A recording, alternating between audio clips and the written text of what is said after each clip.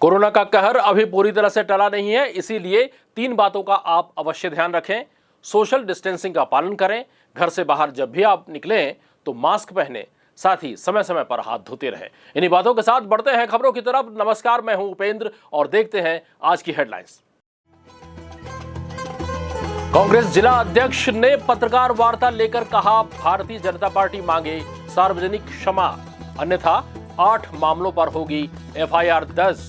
मामला भाजपा कार्यालय के समक्ष बेतहाशा बढ़ रही महंगाई को लेकर यूथ कांग्रेस के प्रदर्शन के दौरान हुई घटना का है। अति संवेदनशील कोलिंग में संसदीय सचिव ने किया 73,19,000 रुपए से आश्रम भवन और कोटा केबिन का भूमि पूजन। एफएमडी संविदा स्वास्थ्य कर्मचारियों ने नियमित वेतन भुगतान और वेतन वृद्धि की मांग करते हुए कलेक्टर को सौंपा ज्ञापन। और संजय बाजार के पास हुए लूट के मामले में 8 माह से फरार 2 आरोपियों को पुलिस ने किया गिरफ्तार और भेजा जेल। हेडलाइंस के बाद अब खबरें विस्तार से।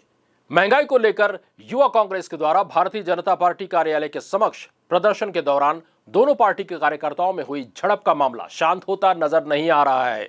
दोनों ही पार्टी के नेता अपने अपने कार्यकर्ताओं के पक्ष में बयानबाजी करते हुए दोषियों के विरुद्ध पुलिस के द्वारा कार्रवाई किए जाने की मांग कर रहे हैं। इसी क्रम में बुधवार की दोपहर कांग्रेस भवन में आयोजित पत्र वार्ता में कांग्रेस कमेटी के बस्तर जिला अध्यक्ष शहर राजीव शर्मा ने कहा कि बस्तर शांतिप्रिय क्षेत्र है। पहली बार प्रदर्शन के दौरान विपक्षी पार्टी द्वारा कांग्रेस के पदाधिकारी और कार्यकर्ताओं को भड़काने का कार्य किया गया। महिला पदाधिकारी और कार्यकर्ताओं को अश्लील इशारा करते हुए अपशब्दों का प्रयोग किया गया, जिससे यह अप्रिय स्थिति निर्मित हुई। कांग्रेस पार्टी महात्मा गांधी के सिद्धांतों पर चलने वाली पार्टी है।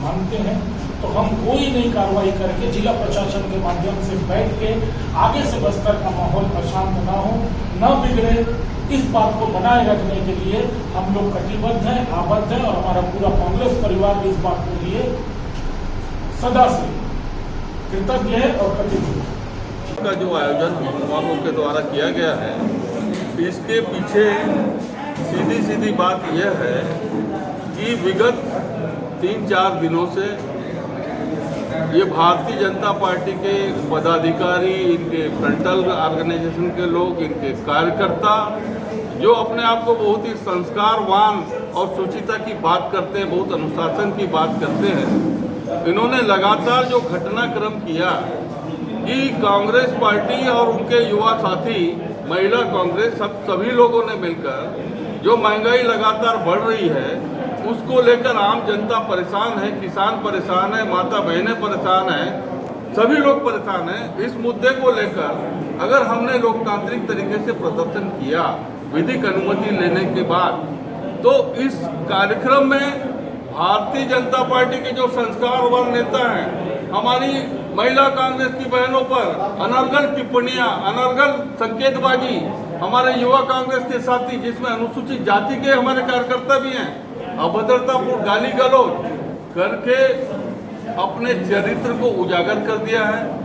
और आज भी ये बात कर रहे हैं कि कांग्रेस पार्टी के एक कार्यकर्ताओं के घर में घुसकर बदला लिया जाएगा।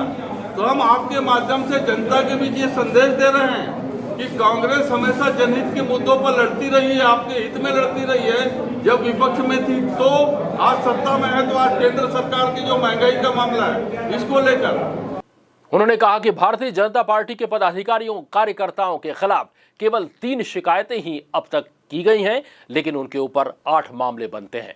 यदि भाजपाई सार्वजनिक रूप से उक्त घटना को लेकर क्षमा याचना कर लेते हैं तो कांग्रेस पार्टी भी आगे की कार्रवाई नहीं करेगी, अन्यथा पूरे 8 मामलों पर आपराधिक प्रकरण दर्ज कर कार्रवाई की मांग पुलिस से की जाएगी। पत्रकार वार्ता में मौजूद स्थानीय विधायक रेखचंद जैन ने भारतीय जनता पार्टी के पदाधिकारी और कार्यकर्ताओं के द्वारा किए गए कृत्य को बस्तर को अशांत करने का कार्य बताते हुए कहा, जो शिकायत उन्होंने की है, वो शिकायत भी वापस नहीं, ऐसा आप चाह रहे हैं? हम क्या कह रहे हैं कि ये शांत प्रिय शहर है, बस्तर में सामाजिक सद्भाव, संप्रदायवाद सब बढ़िया है, अमन चैन शांति है। इस तरह का कृत्य करके ये बस्तर की शांत धरा को अशांत करने का जो कृत्य इनके द्वारा किया जा रहा है उसकी हम निंदा करते हैं। और जो कृत्य हुआ है वो हमने शिकायत दर्ज करा दी है पुलिस को, पुलिस अधीक्षक को। पुलिस अपना काम करेगी और हम चाहते हैं कि अगर उन्होंने गलती किया स्वीकार करे, सार्वजनिक रूप से क्षमा मांग ले, तो दुनिया में क्षमा से बड़ा कोई चीज नहीं है। कांग्रेस इसके लिए तैयार है। भारतीय जनता पार्टी के पदाधिकारी कह रहे हैं कि प्रधानमंत्री नरेंद्र मोदी के पोस्टर को अपमानित किए जाने से भाजपा के कार्यकर्ता उग्र हुए। इसका जवाब देते हुए जैन ने कहा, अगर हमारे कांग्रेसियों ने आपके किसी नेता के खिलाफ अभद्रता की है, कोई गलत काम किया है, तो देहो प्रमाणिकता दो। आप अपराध की कार्रवाई, इस तरीके के कृत्य की कार्रवाई किसने शुरू की? आपने शुरू की। और कांग्रेस हिंसा नहीं करना चाहती। हम अहिंसा के सिद्धांत पर चलने वाले पार्टी के लोग हैं। हम जनता के हित में लड़ते हैं, जनता के हित में काम करते हैं। अगर हमारे कार्यकर्ता, हमारे पदाधिकारी, हमारी माता बहनें किसी के भी खिलाफ अगर इस तरीके के कृत्य करेंगे तो उसके लिए हम लोग तैयार हैं। भारतीय जनता पार्टी युवा मोर्चा के प्रदेश अध्यक्ष अमित साहू के द्वारा की गई टिप्पणी को लेकर युवा कांग्रेस के प्रदेश महासचिव सुशील मौर्य ने ये कहा, प्रदेश अध्यक्ष अमित साहू नामक व्यक्ति का वायरल वीडियो होता है जिसमें कहता है कि बस्तर के कांग्रेसियों के घरों में घुस के दिखाएंगे। अमित साहू जी से मैं यही कहना चाहूँगा कि अमित साहू जी आप अच्छा काम करें, सकारात्मक राजनीति पर ध्यान दें, सस्ती लोकप्रियता पाने के लिए वीडियो जारी ना करें। और यहाँ जो स्थानीय युवा मोर्चा के जो नए नए अध्यक्ष बने हैं, पदाधिकारी हैं, उनसे भी कहना चाहूँगा कि स्वस्थ राजनीति पर ध्यान दें, सकारात्मक राजनीति करें। नए बनकर शहरों में और सुर्खियों में आने के लिए गलत राजनीतिक परंपरा की शुरुआत ना करें। आपको लगता है सरकार हमारी छत्तीसगढ़ में है, विरोध करना है तो शांतिपूर्वक विरोध करें। हम जब विरोध करते हैं उस पर अड़ंगा ना डालें। अगर आपको लगता है कि कांग्रेसी लोग डरपोक हैं तो दम है तो आप कांग्रेसी में तैयार है। और जो हमारे भाजपा के साथी यहाँ जो यूथ के चला रहे हैं, हम लोग बस्तर के सभी एक हैं, चाहे भाजपा हो, चाहे CPI हो, चाहे आप सभी लोग एक हैं। हम आपस में विरोध प्रदर्शन करते हैं, हमारा आपसी भाईचारा है। पर कोई बाहरी व्यक्ति आकर बस्तर में घुसने की बात कर रहा है, इसे कतई स्वीकार नहीं किया जाएगा। और उनसे भी कहना चाहूँगा कि ऐसे व्यक्तियों का आप बिल्कुल भी वीडियो ना चलाएं और ऐसे व्यक्तियों का बाइकाट करें।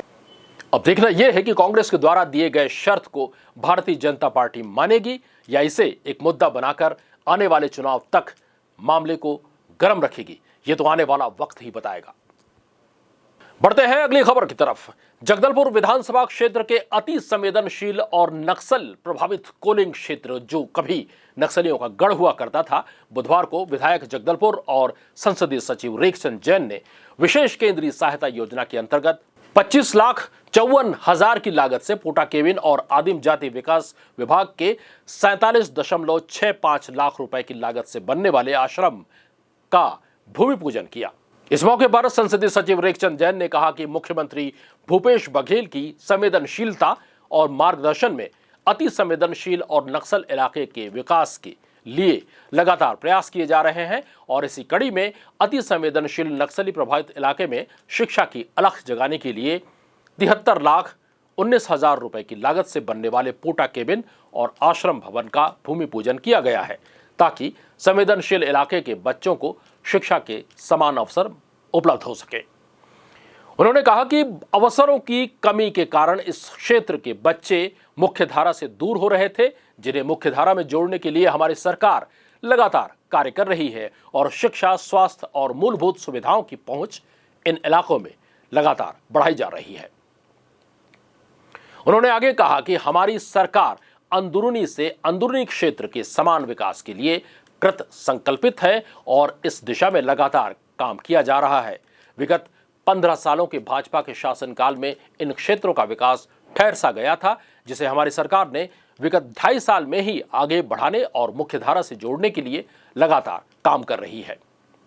इस मौके पर विधायक जगदलपुर और संसदीय सचिव रेखचंद जैन के साथ शहर जिला कांग्रेस महामंत्री हेमू उपाध्याय, ब्लॉक अध्यक्ष नीलूराम बघेल, जनपद सदस्य सोनमती सरपंच सोनादेई, कोलिंग सरपंच कंदनार सुखदेई, पुजारी लालू, कोटवार दुर्जन, लालाराम सुमारू, भुजंग आशिक लाल सिंह, मंगड़ू मानू राम, CEO दरभा कौशल तेंदुलकर सहित बड़ी संख्या में ग्रामीण जन मौजूद थे। अगली खबर हेल्थ को लेकर। बस्तर वासियों को स्वास्थ्य सेवा प्रदान करने के उद्देश्य से जिला कलेक्टर द्वारा डीएमएफटी संविदा स्वास्थ्य कर्मचारियों की नियुक्ति की गई थी, जिसके तहत महारानी अस्पताल और मेडिकल कॉलेज डिमरापाल के साथ जिले के विभिन्न प्राथमिक स्वास्थ्य केंद्रों में स्वास्थ्य कर्मचारी काम कर रहे हैं। इन्हीं कर्मचारियों ने बुधवार को कलेक्ट्रेट पहुंचकर नियमित वेतन भुगतान किए जाने और वेतन वृद्धि की मांग करते हुए कलेक्टर के नाम एक ज्ञापन सौंपा है। इस दौरान डीएमएफटी स्वास्थ्य कर्मचारी ने अपनी परेशानी बताते हुए कहा, मैं हरेंद्र कुमार चटियार, डिस्ट्रिक्ट महारानी हॉस्पिटल जगदलपुर में ओटी टेक्नीशियन के पद पर कार्यरत हूँ। हम सभी लोग यहाँ पर कलेक्टर साहब से मिलने आए थे। जो हमारी वेतन संबंधी समस्या है उसके तहत विगत 2 महीने से हमें सैलरी नहीं मिल रहा है, और अगर पूर्व में भी मिल रहा था तो उसमें किसी फिक्स डेट पे हमें सैलरी नहीं मिल रहा था। इससे पूर्व हमने कलेक्टर साहब से बात किए थे, तो उन्होंने हमें आश्वस्त किया था कि प्रतिवर्ष कलेक्टर दर पे आप लोग का भुगतान किया जाएगा, जो कि इस वर्ष ऐसा हुआ नहीं है। तत्पश्चात अभी हमारे बहुत सारे संविदाकर्मी जो अलग अलग जगहों पर कार्यरत है, चाहे CSC हो, PSC हो, डिमरापाल हो या महारानी हॉस्पिटल में, उनको 2 महीने से सैलरी नहीं मिलने के कारण आर्थिक संकट का सामना करना पड़ रहा है। कई लोग यहाँ रेंट में रह रहे हैं, बाहर से आए हुए हैं, कई लोगों का एजुकेशन लोन है, इस तरह का उन्हें आर्थिक संकट का सामना करना पड़ रहा है। अगली खबर है मारपीट से जुड़ी हुई। संजय मार्केट के पीछे सत्यम प्लाईवुड के पास टैक्सी चालक से हुई मारपीट और लूट के मामले में करीब 8 महीने से फरार चल रहे 2 आरोपियों को पुलिस ने गिरफ्तार कर जेल भेज दिया है। बताया यह जा रहा है कि आरोपियों ने गाड़ी चालक की बेदम पिटाई करते हुए उसके पास रखे पैसे आदि को छीनकर फरार हो गए थे। कोतवाली टीआई एमन साहू ने बताया कि 8 महीने पहले संजय मार्केट के पीछे सत्यम प्लाईवुड के पास टैक्सी चालक मंगल बघेल से 2 युवक इम्मू उर्फ इमरान, रौनक और अन्य 2 ने मारपीट व लूट की वारदात की थी, जिसके बाद से दोनों आरोपी फरार थे। पुलिस को जानकारी मिली कि दोनों आरोपी अपने घर पर हैं, जिसके बाद पुलिस टीम ने इम्मू उर्फ इमरान, पिता शब्बीर हुसैन उम्र 27 साल, निवासी इतवारी बाजार जगदलपुर, और हरमीत सिंह पिता कलविंदर सिंह उम्र 23 साल, निवासी शांति नगर वार्ड दानी गली को गिरफ्तार कर लिया है। इसमें इम्मू उर्फ इमरान शहर का हिस्ट्री शीटर है। इसके खिलाफ पहले से कई मामले दर्ज हैं। दोनों आरोपियों को कोर्ट में पेश किया गया, जहां से उन्हें रिमांड पर जेल भेज दिया गया। नियमित खबरों के लिए आप हमसे YouTube से भी जुड़ सकते हैं। हमारा पता है बस्तर की बात जगदलपुर। इस चैनल को आप सब्सक्राइब कीजिए और पाइए नियमित अपडेट हमारे साथ। लेते हैं इन्हीं बातों के साथ छोटा सा ब्रेक। ब्रेक के बाद हम फिर हाजिर होंगे बस्तर जिले से जुड़ी कुछ और अहम खबरों के साथ। देखते रहिए बस्तर की बात।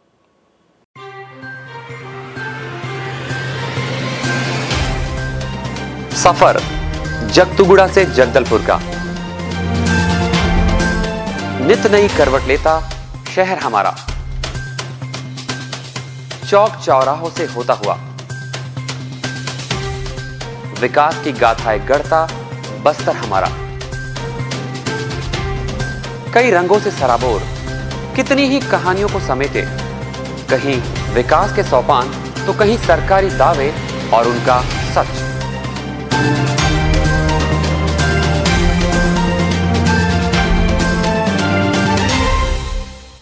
आतंक से दहलते जंगल, जमीन और जीवन, साहस और धैर्य से करवट लेती जिंदगी, राजनीति की चौसर के जाने अनजाने दांव, व्यवस्था की खूबी, कमी और खामी, खूबसूरत नजारे।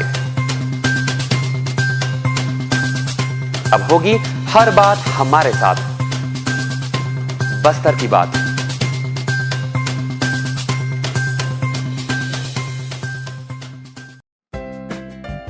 देश की जानी मानी इंटरनेट प्रोवाइडर कंपनी रेलटेल अब अपने शहर जगदलपुर में उपलब्ध। केबल टीवी और ब्रॉडबैंड पाइए एक साथ, बेहतर सर्विस, शानदार गुणवत्ता, हमेशा एक जैसी स्पीड यानी 100 Mbps।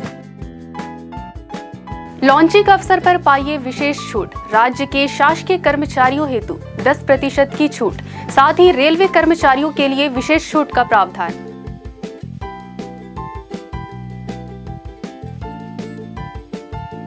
इंटरनेट कनेक्शन हेतु तत्काल अपने केबल ऑपरेटर से संपर्क करें या कॉल करें 9425262386 पर या 9617185020 पर।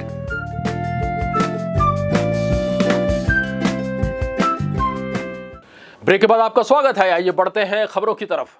ग्राम पंचायत कोपागुड़ा खूंटपदर के कोदाई माता के जात्रा और वार्षिक मेले में विधायक जगदलपुर और संसदीय सचिव रेखचंद जैन शामिल हुए। विधि विधान से पूजा अर्चना कर मांगी क्षेत्र के सुख शांति समृद्धि की कामनाएं। देवी ग्राम कोदाई माता मंदिर परिसर में 2 लाख रुपए की लागत से बने शेड का लोकार्पण किया। इस मौके पर मौजूद लोगों को संबोधित करते हुए उन्होंने कहा कि वर्तमान में युवा पीढ़ी शहरीकरण के कारण अपनी परंपराओं और संस्कृति से दूर होती जा रही है। उन्हें अपनी परंपराओं और संस्कृति से जोड़ने के लिए हमें कुछ ऐसे आयोजनों से उन्हें जोड़ना होगा। बढ़ते हैं अगली खबर की तरफ। बस्तर का ऐतिहासिक महापर्व गोंचा का आयोजन इस वर्ष भी कोरोना महामारी के चलते प्रभावित होने की आशंका है। 360 घर आरण्यक ब्राह्मण समाज और गोंचा महापर्व आयोजन समिति के प्रतिनिधि गण कलेक्टर से मिलकर आयोजन के संबंध में चर्चा की। हालांकि गोंचा महापर्व के चलते मंदिर की साफ सफाई और रंगाई पोताई का काम चल रहा है। मंदिर परिसर में भगवान जगन्नाथ के 13 रूप को प्रदर्शित करने के लिए झांकी भी मंदिर परिसर में सजाई गई है, जो श्रद्धालुओं के लिए विशेष आकर्षण का केंद्र बनी हुई है। हालांकि कोरोना महामारी के चलते मंदिरों में भी श्रद्धालुओं के प्रवेश को वर्जित रखा गया था। गोंचा महापर्व की रूपरेखा क्या होगी, ये कलेक्टर के दिशा निर्देश के बाद ही तय हो सकेगा। गोंचा महापर्व के अंतर्गत चंदन यात्रा विधान 24 जून को जगन्नाथ मंदिर परिसर में होगा, जिसमें कोविड-19 के दिशा निर्देशों का पालन करते हुए पूजा विधान संपन्न किया जाएगा। 11 जुलाई को नेत्रोत्सव, 12 जुलाई को श्री गोंचा रथ यात्रा, 16 जुलाई को हेरा पंचमी और 20 जुलाई को बहुड़ा गोंचा रथ यात्रा विधान संपन्न होगा। बढ़ते हैं अगली खबर की तरफ। विश्वसनीय सूत्रों से प्राप्त जानकारी के मुताबिक सीपीआई माओवादी के सेंट्रल कमेटी सदस्य और तेलंगाना स्टेट सेक्रेटरी सीनियर माओवादी हरिभूषण की कोरोना बीमारी से 21 जून को जिला सुकमा बीजापुर के सीमावर्ती क्षेत्र जब्बागट्टा मीनागट्टा बट्टीगुड़म के मध्य जंगल इलाके में मौत हो गई है। इस संबंध में जानकारी देते हुए बस्तर रेंज की आईजी सुंदरराज पी ने हमें बताया। विश्वसनीय सूत्रों से प्राप्त जानकारी अनुसार प्रतिबंधित सीपीएम महोदय संगठन के सेंट्रल कमेटी मेंबर एवं तेलंगाना स्टेट कमेटी के सचिव हरिभूषण का कोरोना संक्रमण के कारण से मृत्यु हो गई।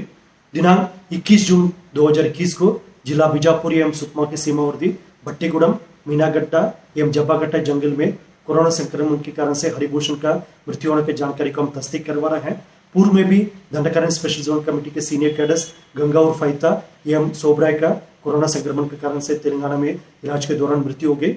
इस प्रकार की गंभीर परिस्थिति के बावजूद भी सीपी मोदी नेतृत्व द्वारा कोरोना संक्रमण के संबंध में स्थानीय कैडर्स एवं क्षेत्र की जनता को सही जानकारी न देते हुए उन्हें दिग्भ्रमित जानकारी से गुमराह की जा रही है। हम क्षेत्र की जनता से निवेदन करना चाहते हैं, कोरोना संक्रमण की परिस्थिति सीपी मोदी कैडर्स में काफी भयानक एवं खतरनाक स्थिति में पहुंच गई है। इसको देखते हुए सीपी मोदी संगठन के किसी प्रकार का रैली, जुलूस या मीटिंग इत्यादि कार्यक्रम में शामिल ना हो। साथ साथ हम माओवादी कैडर्स से भी अपील करना चाहते हैं, यदि कोरोना बीमारी से बचना होगा उन्हें हिंसा छोड़कर शासन प्रशासन के समक्ष आत्मसमर्पण करना चाहिए। बढ़ते हैं अगली खबर की तरफ। यूं तो खाकी को कई लोग अलग अलग नजरों से देखते हैं, मगर बस्तर पुलिस अधीक्षक दीपक झा के मार्गदर्शन पर बस्तर पुलिस बेहतर ड्यूटी के साथ साथ मानवता के भी परिचय दे रही है। बस्तर पुलिस ने ऐसा काम किया है जिसे देखकर आप भी भावुक हो जाएंगे। आंध्र प्रदेश की रहने वाली एक महिला 8 माह पहले अपने घर से गुम हो गई थी और इधर उधर अन्य जिलों में भटकने के बाद छत्तीसगढ़ के जगदलपुर पहुंची, जहां ग्राम मुरमा के पास ये महिला 108 को मिली, जिससे बातचीत की गई तो यह हिंदी नहीं जानती थी, तमिल भाषा बोलती थी। बस्तर पुलिस ने तमिल भाषा जानकार को बुलाया और उससे बातचीत करवाई। उसने बताया कि वह 8 महीने पहले अपने घर से निकल गई थी और 8 माह इधर उधर भटकते हुए जगदलपुर पहुंची। उसने अपना गांव और अपना नाम, अपने परिवार का एड्रेस बताया। इस महिला को परपात थाना में पदस्थ एसआई दिलीप मेश्राम ने जगदलपुर के सखी सेंटर में 3 दिन रुकवाया, बेहतर सेवा भी दी। 4 दिनों बाद उनके दोनों बेटे जगदलपुर पहुंचे, जहां उनकी मां से बस्तर पुलिस ने मुलाकात करवाई। मां को देखते ही दोनों बेटे की आंखों में आंसू झलक गए। मां भी अपने दोनों बेटों के गले लगकर रोने लगी। बस्तर पुलिस ने इस परिवार को उनके घर सकुशल पहुंचाया। इस परिवार के दोनों बेटे और मां ने बस्तर पुलिस का धन्यवाद दिया है। परपा थाना के एसआई दिलीप मेश्राम ने हमें बताएंगे क्या है पूरा मामला। 4 दिन पहले हमको ग्राम मुरमा में एक मिसिंग पर्सन का सूचना मिला था। 112 डायल ने अपने को एक महिला ले आके थाना में लेके आई। वो तेलुगु भाषी थी, क्योंकि तेलुगु भाषा से जानकार व्यक्ति से उसका ट्रांसलेट कराया गया कि वो कौन है, कहाँ से आई है, कैसे आई है, उसका परिवार कहाँ रहता है। तो उन्होंने अपना पूरा डिटेल बताया कि वो ग्राम एर्नाकुलम थाना देवरपल्ली की रहने वाली मंगलम्मा, कट्टा मंगलम्मा उनका नाम है, और उनके परिवार के जो सदस्य हैं, मतलब उनका पुत्र प्रसाद, कट्टा प्रसाद, उनका नाम बताया। और बताने के बाद हमने थाना देवरपल्ली आंध्र प्रदेश वहाँ संपर्क किया। वहाँ के थाना प्रभारी को व्हाट्सअप करके फ़ोन नंबर से फ़ोटो भिजवाया। उन्होंने उनके परिवार को संपर्क करके उनकी मिसिंग माँ जो जगदलपुर ग्राम मुरमा मिली है, उनकी जानकारी दी। आज दिनांक को वो उनके परिवार के 2 पुत्र लेने के लिए आए थे। आज उनको मैंने बस में बैठाकर विदा किया है। और अंत में चलते चलते एक नजर आज की हेडलाइंस पर।